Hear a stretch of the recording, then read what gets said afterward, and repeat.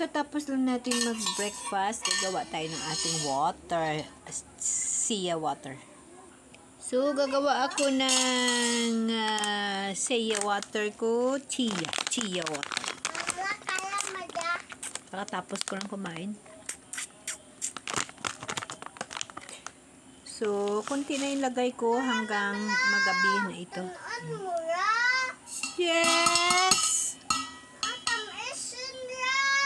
Hindi man to tamis. Chia seeds.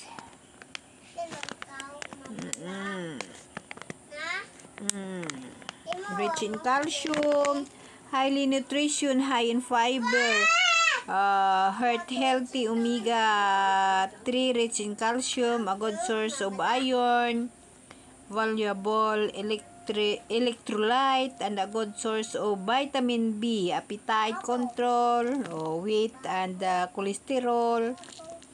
So, ito yung mga ginagamit ko nga since na nagamit ako. Talagang nag-i-improve, nami-maintain ko yung BP ko, tapos yung paglalakad ko. Isa na lang yung kumbaga yung naghahawid sa karamdaman ko sa ngayon. Ito talaga yung right hand ko na ito na kumbaga carpal tunnel itong problema kasi wala sa ibang bahagi kundi yung ito ko lang. Ito at saka ito mga daliri. Yung kanyang symptoms, carpal tunnel talaga. Hindi man ako doktor pero sa self-medication ko, carpal tunnel. Kasi dito, pag ito ay ma-massage, gumagaling ito. Pero pag ikilos ko na naman, nagapamuy-poy siya. So, yung symptoms niya, mula dito, hanggang dito lang na side. So, pag ma-massage, natatanggal pero hindi ko pa nakita yung tamang pag-massage. Pero at least malaking pagbabago. Dati pa, dalaga pa ako, may problema na ito. So, ngayon, nabawasan siya. Malaking pagbabago. So, may dalawa akong exercise na nakita na sa pinakalas na exercise ko, 2 bisis ko na ginamit. So, natanggal yung panghihigpit dito. So, yun na lang ang i-maintain ko. I-observe ko siya.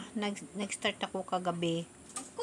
So, i-observe ko sa in 1 week na yun lang ang gagamitin ko. Yung ibang exercise ko, yung sa mga paa ko na lang. Hindi muna ako mag-exercise. Yun na muna ang gamitin ko. Titingnan ko kung ma-release niya yung mga nerve niya na nabuhol-buhol. Kasi yun lang pala yun, yung mga litid o kaya mga nerves niya na napilipit. Yun ang sabi ng doktor, napipilipit ng mga nerves sa carpal tunnel. Kaya namamanhid siya mula dito sa daliri hanggang dito sa liig. At saka pag mamanhid siya, syempre malapit siya dito sa spine ko. Kaya that's why pala na namimigat ako. So carpal tunnel yung self medication na observe ko sa sarili ko. Hindi man ako doktor pero siyempre ikaw nagadala ng sarili mo. So alam mo kung ano dapat mong gagawin. Sa totoo lang hindi ako nagdepende sa gamot. Sa totoo lang, walang gamot to akong dinipinding gamot to na iniinom ko pang tikim-tikim lamang.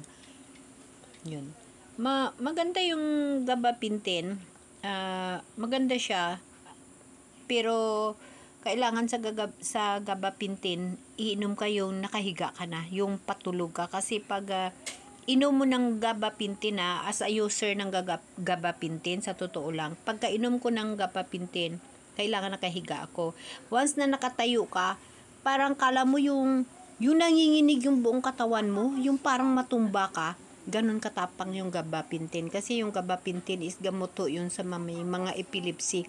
So, alam naman natin yung mga taong may epilepsy, diba? Yung mga ugat nun, mga problema nun, yun ang gamot sa gabapentin. So, yun yung gamot ko sa ngayon. Siguro dahil na, kumbaga, subverse yung muscles or nerve pain ko. Pero I observe talaga ngayon na malapit ko na maubos yung 10 piraso, 12 ata pirasong gabapentin. Observe ko ngayon nung una kong inom, maganda siya. Pero ngayon, start ka 2 gabi na pag uminom ako, kailangan permanente ako nakahiga. Kasi once na pagkainom ko, after few minutes, na tumayo ako, like kagabi tumayo ako, umihi. Pakiramdam ko yung may gumagalaw sa katawan ko na parang gumaganon-ganon ako. So sabi ko, ganun pala katapang yung gabapentin. So, itry natin. So, sa exercise na ginawa ko, if na matanggal ito siya, at mabawasan yung manhid niya, so, i-report ko sa doktor para if ever nga tanggalin yung gabapentin, much better, no? So, titingnan natin.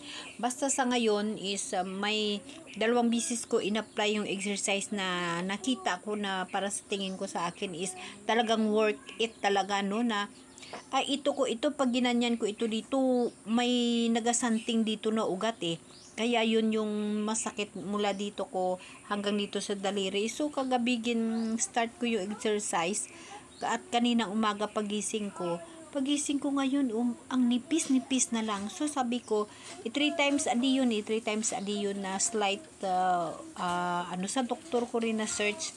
So itatry ko within this day kung if totally itong matanggal,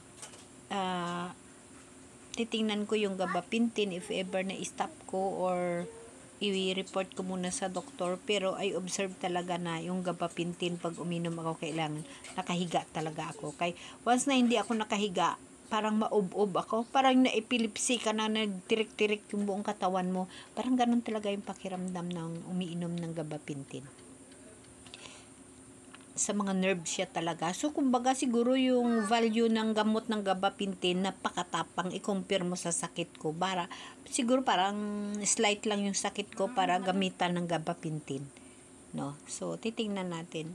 Kasi, hindi naman buong katawan ko yung may problema kundi yung ito lang sa ugat, sa nerve, sa muscle ko, ito lang. So, makuha lang ito sa pag-exercise. If ever na makuha, subaybayan nyo at saka bantayan nyo. I-share ko sa inyo.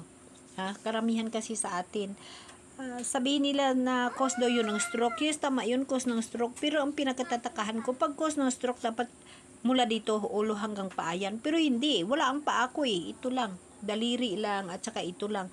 So, ang daliri dito ko at saka yung dito ko, cause yun ng carpal tunnel. Hindi man ako doktor, pero sa napag-alaman ko o sa napag-aralan ko rin sa pagsisearch ko, yung pamamani dito ng daliri at mula dito sa kamay papunta dito sa kaugatan ko sa laman na ito nang gagaling sa carpal tunnel. So, yun ang nakikita ko at sinisearch ko lagi sa mga doktor.